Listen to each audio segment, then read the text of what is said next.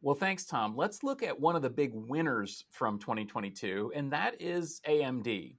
I think it's hard to say that anyone had a better year than AMD in the tech industry. They spent the year positioning themselves to challenge everyone for the crown of top chip maker, and they finished out the year by introducing their fourth generation EPYC server CPU platform and really kind of sealing that deal. But let's zoom back earlier in the year. Now, as we're going to talk about here in a moment, in the DPU space, we saw AMD finalize their acquisition of Xilinx, which we talked about last year, and we also saw them acquire Pensando. But we'll get into that in a minute. On the mainstream chip side, we saw launches of laptop chips. We saw a new generation of graphics.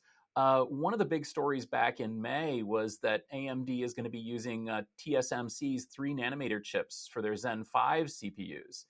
This means that basically AMD and Apple are probably going to have the leading process nodes out there for a little while in 2023.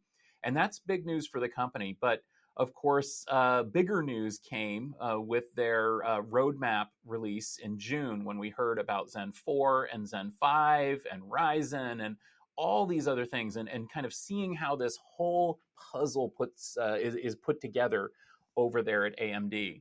I have to say that we were definitely extremely impressed with the map that's been lined up by AMD with all of these products, and of course that came to a head, as I mentioned, in November with the announcement of the Genoa line at Supercomputing.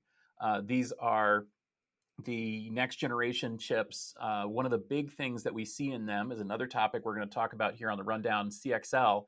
So AMD ended up being first to market with a mainstream CPU platform that supports CXL. They have launched ahead of Intel.